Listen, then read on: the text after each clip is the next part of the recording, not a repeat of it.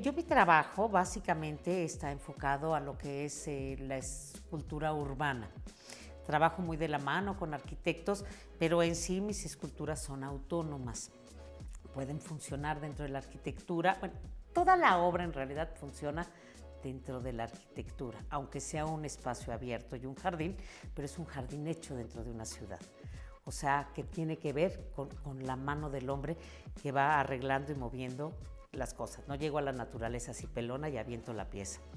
Y mi obra, soy básicamente escultora en cerámica. Yo estudié artes visuales en la Escuela Nacional de Artes Plásticas y hice mi maestría en grabado en color, pero siempre la cerámica fue como una parte vital, pero no la cerámica para hacer cacharros y cosas de ese tipo, sino que teníamos una maestra en esa época en San Carlos, que era Gerda Gruber, una maestra austríaca que era tremenda. No nos dejaba usar el torno porque decía que nosotros íbamos a ser escultores, no cacharreros. Y de ahí salieron pues grandes generaciones de artistas, ¿no? O sea, que podemos ver a Miriam Medrés, a Gerardo Azcúnaga, a Maribel Portela, a Javier Marín. En fin, sí salieron una muy buena generación de artistas formados con Gerda Gruber. Y ya de ahí, pues bueno, yo seguí trabajando, seguí haciendo mi trabajo, tuve la oportunidad de exponer en el Museo de Arte Moderno y además he tenido la oportunidad no solamente de tener en varias ocasiones la beca del Sistema Nacional de Creadores, sino que he hecho muchas residencias en el extranjero. Y eso es, para mí ha sido como también una parte fundamental de mi formación, porque he tenido oportunidad de trabajar en Finlandia, de trabajar en Austria, de trabajar en China, de trabajar en Tailandia, en Sudáfrica.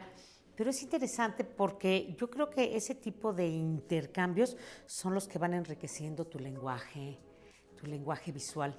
O sea, un artista tiene la obligación de ver, de escuchar, de tocar cosas o sea, cosas bien hechas, teatro bien hecho, música bien hecha, escultura bien hecha, pintura bien hecha.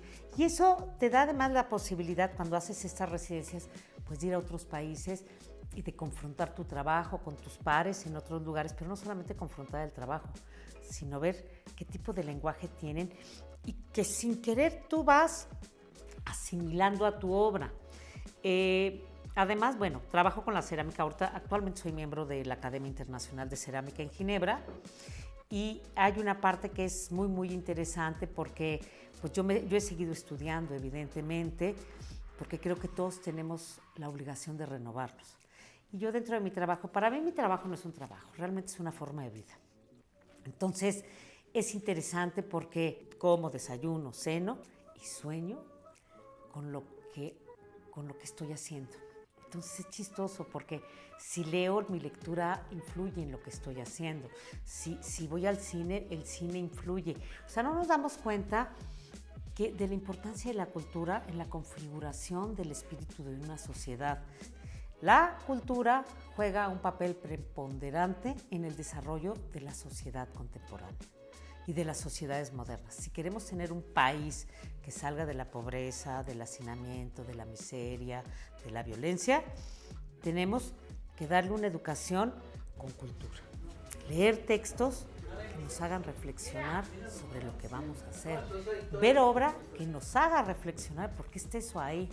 ¿Por qué me están poniendo esas piezas ahí? ¿Por qué estoy viendo eso? O sea, ¿qué hace el artista haciendo eso? No porque todo se tenga que explicar, a lo mejor hay cosas que no tienen explicación, que es solamente por el placer estético, porque también, o sea, tenemos como muy mal vista esa parte estética, visual, de la belleza. La belleza es fundamental para poder vivir sanamente. O sea, yo sí creo en el poder de la belleza y en el poder de la estética. Y eso, bueno, pues habrá cosas que te gusten a ti o cosas que no, pero no tiene que ver con eso.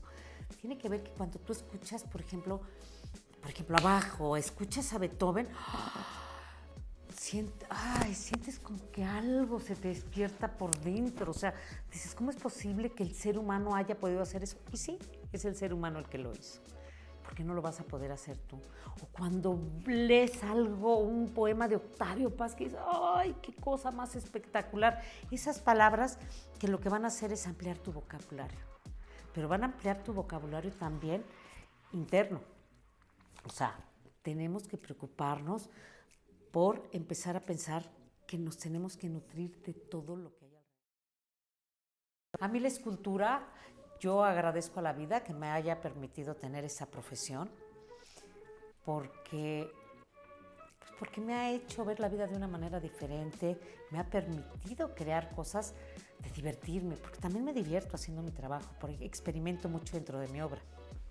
Si funciona directo, ponerle los pigmentos a la obra, o sea, cada día uso menos engobes, ya uso directamente los pigmentos, me gusta hacer gráfica dentro de la cerámica, o sea, voy buscando la manera que me divierta.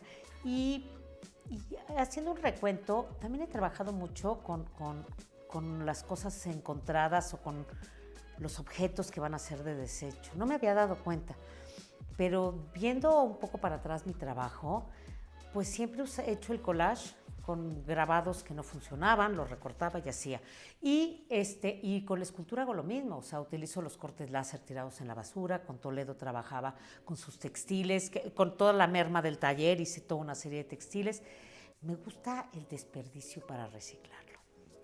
Y entonces, bueno, pues eso es lo que he mostrado un poco en el Museo Federico Silva. Una institución como el Museo Federico Silva, sí quiero hacerlo patente, ayuda a incrementar el nivel cultural de la sociedad en la que esté inscrito, porque tiene conferencias, porque tiene mesas redondas, porque los artistas que van hablan con los estudiantes. O sea, no es solamente la exposición y que vayan y vean, sino por qué se hizo, para qué se hizo, podemos tocar o no podemos tocar, de qué manera recorremos los espacios. Y eso nos permite que cuando salimos a la calle ya no vemos igual el edificio que está enfrente, porque nos damos cuenta que el edificio tiene textura y que a lo mejor queremos tocarlo. O a lo mejor cuando le da la luz decimos, bueno, en el museo sí está muy dirigido porque la iluminación juega un papel fundamental, porque bueno, el equipo del museo es profesional y los museógrafos, los iluminadores juegan un papel importantísimo, porque en el arte en general, una exposición mal montada es un desastre, es como si no existiera. Y aquí eso no sucede. Aquí el museo trabaja con ese gran profesionalismo que nos permite disfrutar de una manera muy amplia y muy gozosa la obra que vamos a ver. Ahorita que el museo cumple 17 años de vida, he podido reflexionar de la importancia de un espacio de este tipo. O sea, en México no existen museos de escultura, creo que es el único que hay en el país, y para los escultores ha sido fantástico porque nos ha ayudado no solamente a exhibir nuestro trabajo, sino a promocionar nuestra obra, a darnos a conocer en el interior de la República. O sea, San Luis Potosí, que es curioso, pero es un estado que tiene una gran difusión cultural y una gran formación de públicos, tiene muchísimos espacios culturales, cosa que cada día estamos perdiendo más. Entonces, creo que el Museo Federico Silva, bueno, yo no tengo más que agradecerlo porque no hay verdaderamente, quiero que hagamos un recuento, no hay un espacio para exhibir escultura en el país propiamente dicho. Este es el único que hay. Hemos tenido, la verdad, la gran bonanza de que el museo haya enseñado todo lo que se pueda mostrar en el país de escultura abstracta mexicana, porque más que nada pues es un museo de arte abstracto, en donde la escultura pues es la primera vocación que tiene, y de ahí pues lo que puede ser obra tridimensional a muro o escultura que se sostenga por sí sola. Pero es increíble porque han estado absolutamente todos los escultores que tiene el país, y además ha habido muchísimas exposiciones de artistas extranjeros, que eso también uno agradece porque pues vivimos en una época en la que, bueno, la escultura es casi imposible de manejarse de un lugar a otro, porque es caro su transporte, es muy caro el transporte y el embalaje y una serie de cuestiones. Entonces, ¿qué es lo que sucede? Que de repente volteamos y vemos que es un museo que se preocupa por cuidar la obra que lleva, por montarla de la manera más digna que se vea. O sea, es un museo de primer mundo para el arte tridimensional.